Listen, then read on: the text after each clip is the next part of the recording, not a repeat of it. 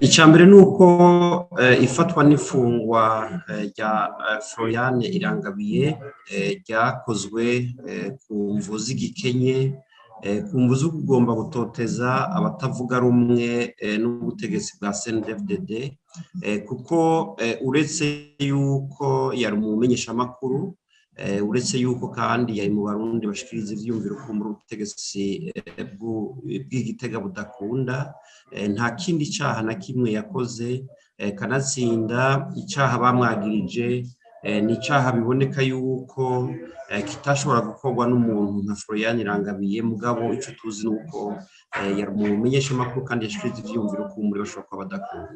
Rero mu kumufunga harakozwe amakosa menshi ahambaye.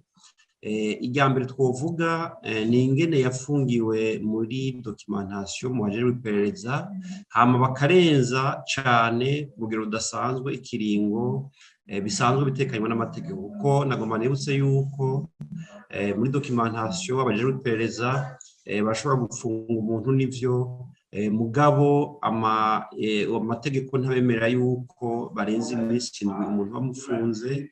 Iyo minsi 7 bayirengeje ko bashobora kuyirenza ku yindi minsi 7, muri ico gihe n'umushikirizamanza aba yabahaye uruhusha. Ariko uno munsi iperereza ry'u Burundi, haba muri dosiye ya Florian Irangabiye canke impande y'amadosiye, bifata nk'abantu bari hejuru y'amategeko, ahubwo bakagomba no gutegeka canke kurengera inzego z'ubutungane zatezwe kubaha amategeko mu bintu bimwe bimwe.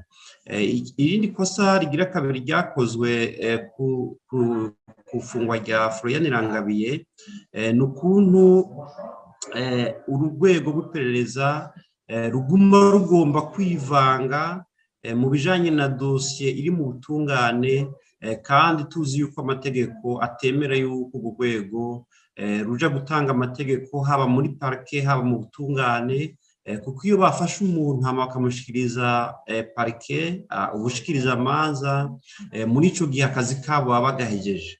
Kumbura iyo mu matohoza bariko barakora bashoboye gusanga hariho ibindi boshikiriza ubwo rwego rw'ubutungane, barabikora, mugabo kirazira yuko bivanga canke batanga amategeko ku bijanye n'ingene umuntu aba afunzwe.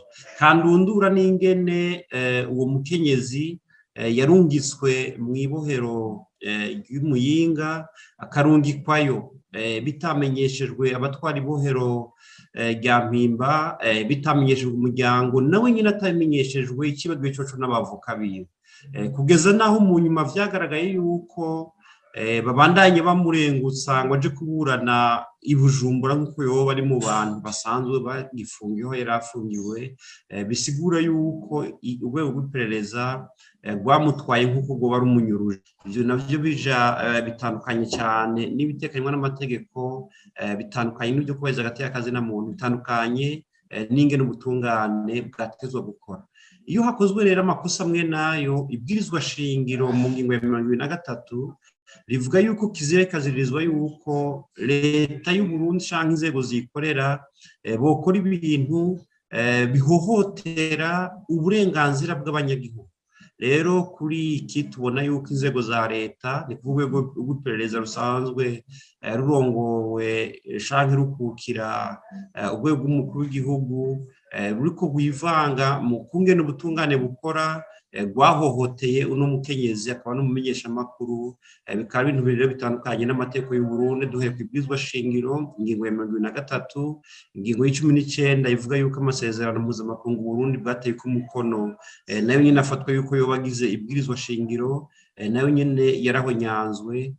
Tugasaba rero yuko ubutungane bwo kwikubita agashi bugakora ibishoboka byose kugira ngo uwo mumenyeshamakuru ashobore kurekurwa, kuko yafunzwe hadakurikijwe amategeko, yarahohotewe na cane n'urwego rw'iperereza. Igitaye ko nuko icaha ariko arakurikiranwa ko ari icaha atashobora gukora, bisigura yuko afungiwe ivyiyumviro vyiwe, afungiwe akazi akora nk'umumenyeshamakuru.